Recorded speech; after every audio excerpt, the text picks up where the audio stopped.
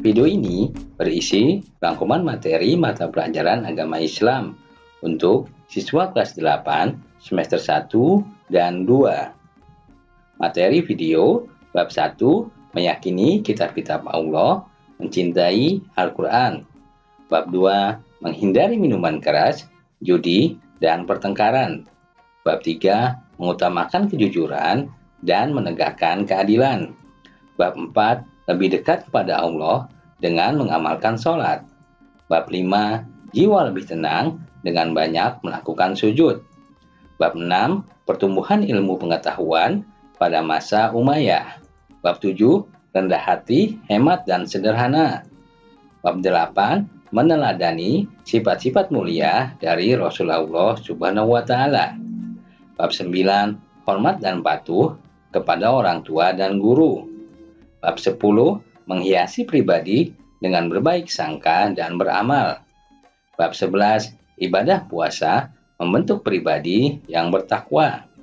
Bab 12 mengkonsumsi makanan dan minuman yang halal. Bab 13 pertumbuhan ilmu pengetahuan pada masa Abbasiyah. Bab 14 hidup sehat dengan makanan dan minuman yang halal. Namun sebelum mulai, jangan lupa ya untuk klik like, share, dan subscribe agar kalian mendapatkan pemberitahuan jika ada video terbaru dari kami. Bab 1 meyakini kitab-kitab Allah, mencintai Al-Quran.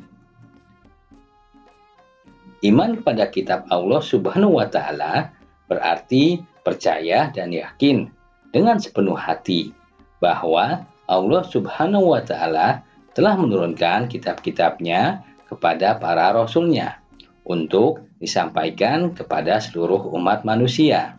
Kitab-kitab itu merupakan pedoman hidup bagi manusia agar dapat meraih kebahagiaan di dunia dan akhirat. Beriman kepada kitab-kitab Allah Subhanahu wa Ta'ala yang telah diturunkan kepada para rasulnya, hukumnya wajib. Jika ditinjau dari segi masa turunnya, kitab yang diturunkan oleh Allah Subhanahu wa Ta'ala di dunia ada 4 kitab, yaitu Taurat, Zabur, Injil, dan Al-Quran. Kitab Taurat diturunkan Allah Subhanahu wa Ta'ala kepada Nabi Musa. Kitab Zabur diturunkan Allah Subhanahu wa Ta'ala kepada Nabi Daud alaihissalam untuk kaum Yahudi. Kitab Injil diturunkan kepada Nabi Isa alaihissalam hanya untuk kaum Nasrani. Kitab Al-Quran merupakan kitab yang diturunkan Allah Subhanahu wa Ta'ala kepada Nabi Muhammad SAW untuk seluruh umat manusia di dunia. Kitab suci Al-Quran diturunkan Allah sebagai penyempurna dan membenarkan kitab-kitab sebelumnya. Orang yang beriman pada kitab Allah Subhanahu wa Ta'ala akan senantiasa meyakini bahwa ajaran Allah itu adalah untuk kebaikan dan kebahagiaan manusia di dunia dan akhirat. Keutamaan Al-Quran yaitu isi kandungannya lengkap karena mencakup segala aspek kehidupan. Isinya sesuai dengan perkembangan zaman. Susunan bahasanya sangat indah. Membaca dan mendengarkannya merupakan ibadah, memuliakan akal pikiran manusia, menjadi penawar penyakit, membenarkan keberadaan kitab-kitab Allah Subhanahu wa Ta'ala yang terdahulu, dan menyempurnakan hukum-hukumnya. Sebagai mukjizat Nabi Muhammad SAW yang paling besar dan tidak pernah mengalami perubahan karena terpelihara kemurniannya hingga akhir zaman, memadukan antara ilmu, iman, dan amal perbuatan. Bab 2 menghindari minuman keras, judi, dan pertengkaran. Segala bentuk minuman yang memabukkan termasuk khamar. Meminum khamar adalah haram dan termasuk perbuatan keji. Bacaan qalqalah adalah bacaan lafaz dalam Al-Quran yang memantul atau membalik. Huruf qalqalah ada 5 huruf. Qalqalah ada 2 macam, yaitu qalqalah sugra dan kubra. Suatu lafaz dibaca qalqalah sugra apabila di dalamnya terdapat huruf qalqalah yang berharakat sukun.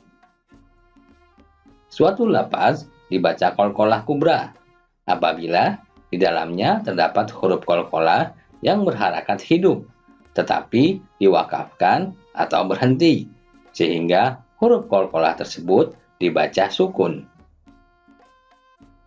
Bab 3. Mengutamakan kejujuran dan menegakkan keadilan. Kejujuran harus diutamakan dalam setiap pergaulan, baik di rumah, di sekolah, maupun di masyarakat. Adil berarti memberikan hak kepada orang yang berhak menerimanya, meletakkan segala urusan pada tempatnya. Quran Surat Al-Maidah ayat 8 menegaskan bahwa menegakkan keadilan harus karena Allah Subhanahu wa Ta'ala semata, bukan karena kepentingan pribadi atau duniawi. Kejujuran itu akan membawa pada kebaikan, sedangkan kebaikan akan membawa kepada surga. Kejujuran dan keadilan perlu dilatih dan dibiasakan setiap saat dan dimanapun berada. Bab 4. Lebih dekat kepada Allah dengan mengamalkan sholat sunnah.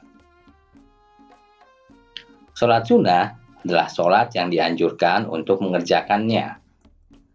Orang yang melaksanakan sholat sunnah mendapatkan pahala dan keutamaan dari Allah Subhanahu wa Ta'ala. Namun, jika seseorang tidak melaksanakan sholat sunnah, dia tidak berdosa. Sholat sunnah yang dianjurkan untuk dilaksanakan secara berjamaah adalah sholat Idul Fitri, sholat Idul Adha, sholat khusus Samsi, sholat khusufil qamari, dan sholat istiqo. Sholat sunnah munfarid adalah sholat yang dilaksanakan secara individu atau sendiri. Adapun sholat sunnah yang dilaksanakan secara munfarid adalah sholat rawatib, sholat tahiyatul masjid, dan sholat istiqoroh. Sebagian sholat sunnah boleh dilaksanakan secara berjamaah atau boleh dilaksanakan secara munfarid. Adapun macam-macamnya adalah sholat tarawih, sholat witir, sholat duha, sholat tahajud, dan sholat tasbih. Hikmah sholat sunnah antara lain: A. Teratasinya dari segala permasalahan dan persoalan hidup, serta dan senantiasa akan diberikan rezeki yang cukup oleh Allah Subhanahu wa Ta'ala. B. Menambah kesempurnaan sholat fardu. C. Menghapuskan dosa, meningkatkan derajat keridhaan Allah Subhanahu wa Ta'ala, serta menumbuhkan kecintaan kepada Allah Subhanahu wa Ta'ala.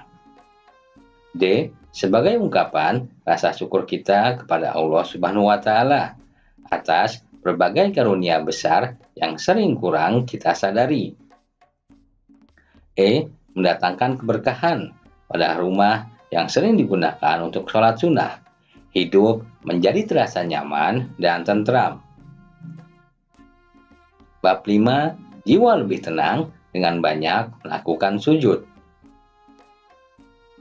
Sujud merupakan satu bentuk kepasrahan dan penghambaan diri kepada Allah Subhanahu wa Ta'ala. Hanya kepada Allah sajalah manusia itu boleh bersujud. Sujud syukur ialah sujud yang dilakukan ketika seseorang memperoleh kenikmatan dari Allah atau telah terhindar dari bahaya. Sujud sahwi adalah sujud yang dilakukan karena lupa atau ragu-ragu di dalam sholat. Sujudnya 2 kali dan dilakukan setelah membaca tahiyat akhir sebelum salam. Sujud tilawah adalah sujud yang dilakukan karena membaca ayat-ayat sajdah dalam Al-Quran ketika sholat maupun di luar sholat, baik pada saat membaca atau menghafal sendiri atau pada saat mendengarkannya. Hukum melaksanakannya adalah sunnah. Bab 6. Pertumbuhan ilmu pengetahuan pada masa Umayyah. Daulah Umayyah mengalami dua periode, yaitu periode di Damaskus dan di Cordoba, Andalusia. Daulah Umayyah di Damaskus berdiri selama 90 tahun. Pendirinya bernama Muawiyah bin Abi Sufyan bin Harb bin Umayyah. Daulah Umayyah menjadikan Damaskus sebagai pusat pemerintahannya. Saat ini, Damaskus menjadi ibu kota negara Suriah. Kekuasaan Bani Umayyah di Damaskus berakhir pada tahun 750 Masehi dan kekhalifahan pindah ke tangan Bani Abbasiyah. Masa keemasan Bani Umayyah di Damaskus adalah pada saat pemerintahan Al-Walid dan Umar bin Abdul Aziz. Pemerintahan Daulah Umayyah di Andalusia berdiri selama 275 tahun, yaitu dari tahun 756 Masehi hingga 1031 Masehi. Cordoba menjadi pusat pemerintahannya. Pesatnya perkembangan ilmu pengetahuan terjadi pada masa pemerintahan Amir yang ke-8, yakni Abdurrahman An-Nasir, dan Amir yang ke-9, yakni Hakam Al-Muntasir. Pada masa pemerintahan Bani Umayyah, ilmu pengetahuan mengalami kemajuan yang sangat berarti. Adapun perkembangan ilmu pengetahuan pada masa ini dapat dikelompokkan sebagai berikut, yaitu ilmu kimia, kedokteran, sejarah, dan bahasa dan sastra.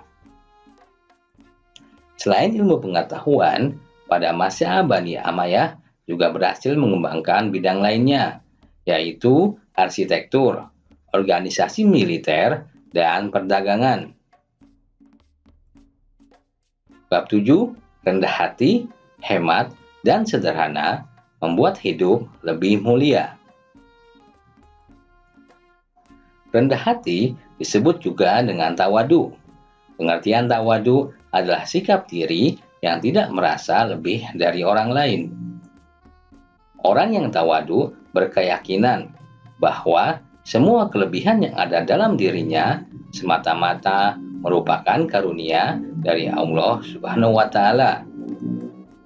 Orang yang rendah hati disukai oleh banyak orang dan memiliki banyak kawan.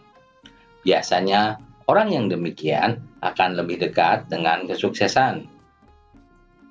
Hemat dan sederhana akan membuat kehidupan manusia menjadi lebih tenang dan tentram. Berfoya-foya dan menghambur-hamburkan harta adalah pemborosan, yang merupakan bagian dari perbuatan setan.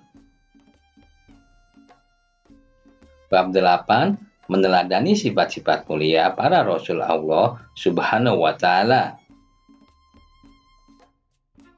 Pengertian iman pada Rasul adalah meyakini dengan sepenuh hati bahwa Allah telah mengutus para Rasul-Nya untuk menyampaikan wahyu kepada umat-Nya. Para nabi dan rasul yang harus kita ketahui sebagaimana dinyatakan dalam Al-Quran, jumlahnya ada 25 nabi dan rasul. Kisah perjuangan dalam berdakwah dapat menjadi teladan bagi kehidupan kita saat ini. Sifat-sifat rasul, sifat wajib para rasul ada 4, yaitu siddiq, amanah, tabligh, dan fatonah. Sifat mustahilnya para rasul ada 4, yaitu kazib, khianat, kitman, dan baladah. Sifat jaiz para rasul ada 1, yaitu iradul basariyah, yaitu memiliki sifat dan kebutuhan hidup sebagaimana manusia pada umumnya. Rasul ulul azmi ada 5 rasul yang diberi gelar ulul azmi, yang artinya orang-orang yang memiliki keteguhan hati dalam menghadapi dan cobaan dari Allah Subhanahu wa Ta'ala. Adapun rasul tersebut adalah Nabi Nuh alaihissalam, Nabi Ibrahim alaihissalam, Nabi Musa alaihissalam, Nabi Isa alaihissalam, dan Nabi Muhammad Shallallahu alaihi wasallam. Adapun hikmah yang dapat kalian laksanakan dalam kehidupan sehari-hari adalah: A. kita selalu meningkatkan iman dan takwa kepada Allah Subhanahu wa taala. B. Kita selalu mengerjakan dan mengamalkan apa yang telah dicontohkan oleh para rasul. C. Menjadikan para rasul sebagai teladan dalam kehidupan sehari-hari. D. Kita selalu patuh dan taat dalam melaksanakan semua yang diperintahkan oleh Allah dan menjauhi apa yang menjadi larangannya. Bab 9. Hormat dan patuh kepada orang tua dan guru. Setiap anak diwajibkan untuk berbuat baik kepada kedua orang tua, baik masih hidup ataupun yang sudah meninggal dunia. Perilaku menghormati dan mematuhi nasihat-nasihatnya termasuk birrul walidain. Berdasarkan Quran Surat An-Nisa ayat 36, perintah berbuat baik kepada kedua orang tua merupakan perintah langsung dari Allah Subhanahu wa taala. Seorang murid wajib menghormati dan mematuhi perintah guru selama tidak melanggar syariat. Jasa guru kepada muridnya tidak bisa diukur dengan materi. Bab 10. Menghiasi pribadi dengan berbaik sangka dan beramal soleh.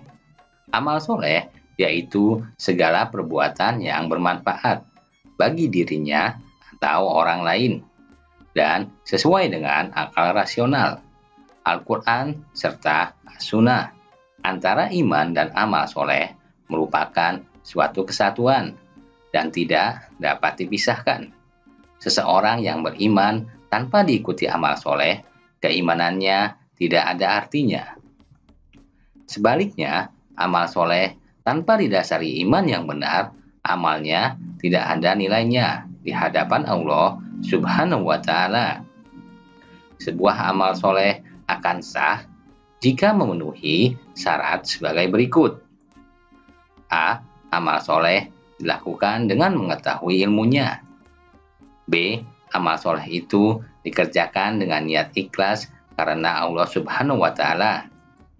C. Amal soleh itu hendaknya dilakukan sesuai dengan petunjuk Al-Quran dan hadis. Amal soleh ada 3 macam, yaitu amal soleh terhadap Allah Subhanahu wa ta'ala, amal soleh terhadap manusia, dan amal soleh terhadap lingkungan alam.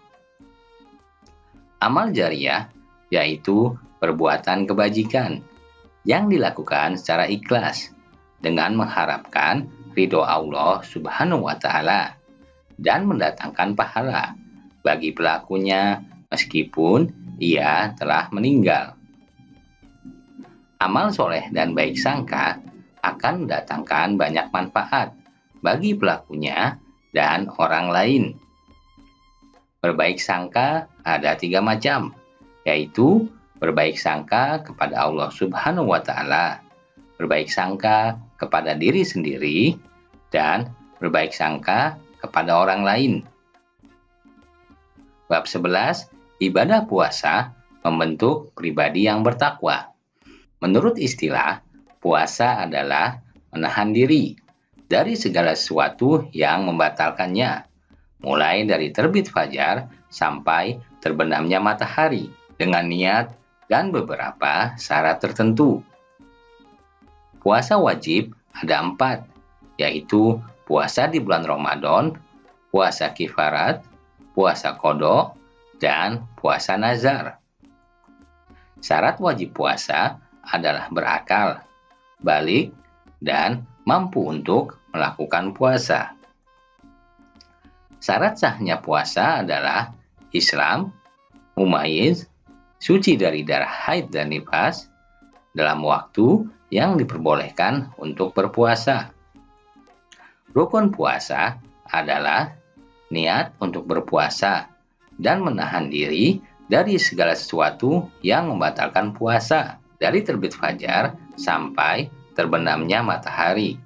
Hal-hal yang membatalkan puasa adalah makan dan minum dengan sengaja, muntah yang disengaja, berhubungan suami istri, keluar darah haid atau nifas bagi perempuan, gila, dan keluar cairan mani dengan sengaja.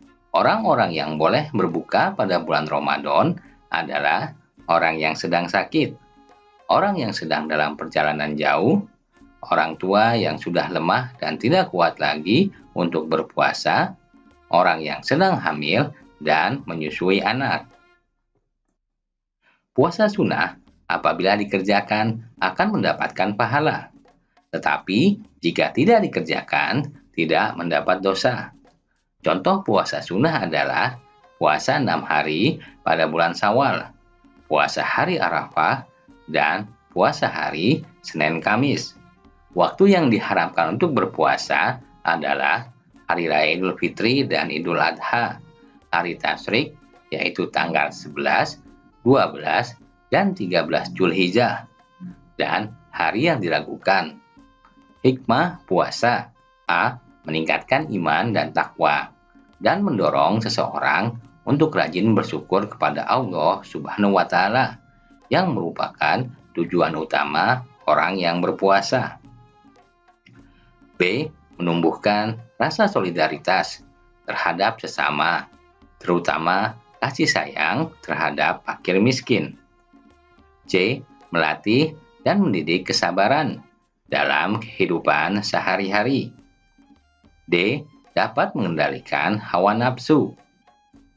E. Meningkatkan kesehatan. Bab 12. Mengkonsumsi makanan dan minuman yang halal dan menjauhi yang haram. Makanan dan minuman halal adalah makanan dan minuman yang boleh dimakan atau diminum menurut ketentuan syariat Islam.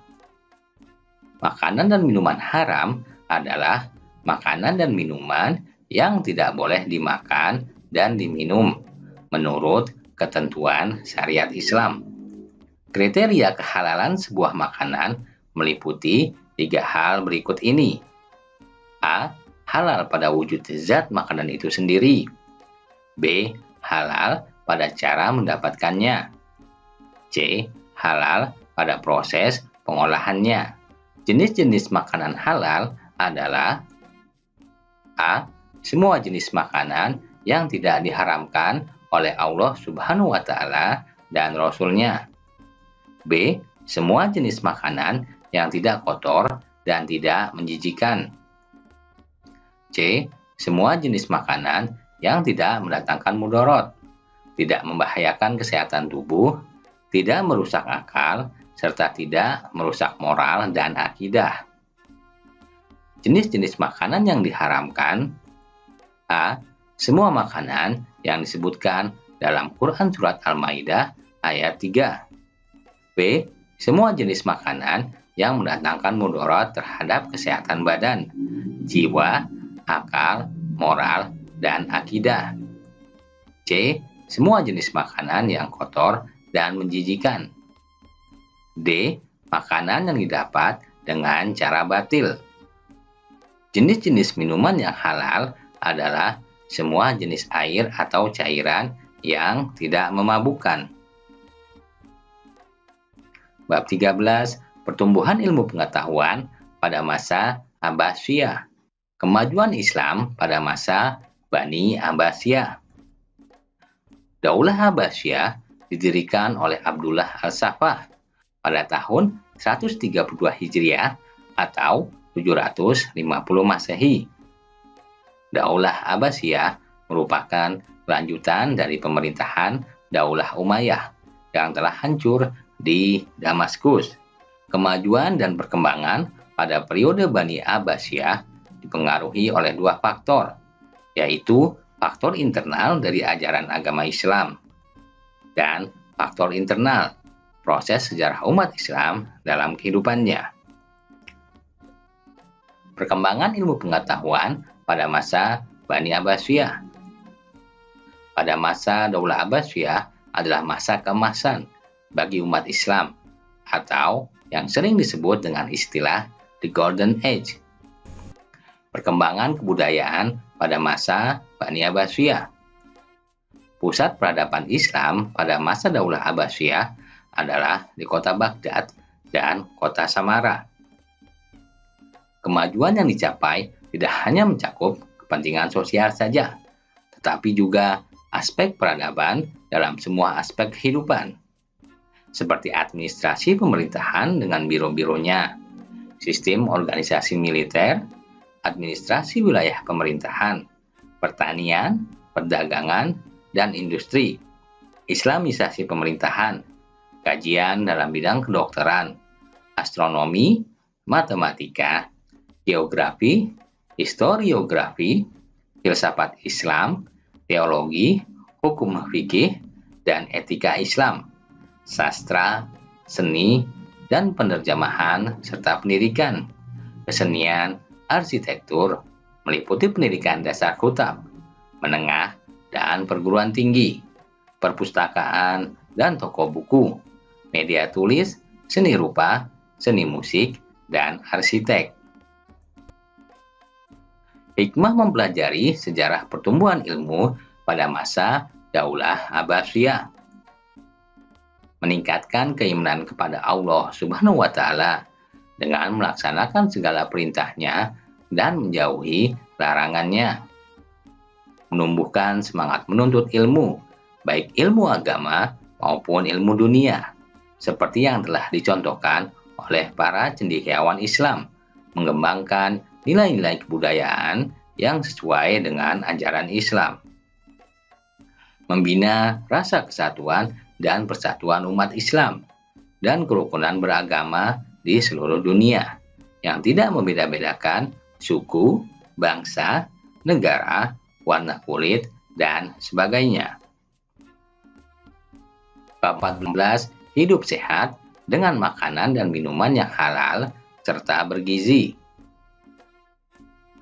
Islam mengajarkan kepada umatnya agar mengkonsumsi makanan dan minuman yang halalan thayyiban. Halal artinya dibolehkan agama, sedangkan thayyib artinya bergizi dan baik bagi kesehatan tubuh. Quran Surat An-Nahl ayat 114 berisi perintah untuk memakan makanan yang halal lagi baik, serta mensyukuri nikmat Allah Subhanahu wa Ta'ala. Quran Surat Al-Maidah ayat 90-91 menyatakan bahwa minuman keras hukumnya haram.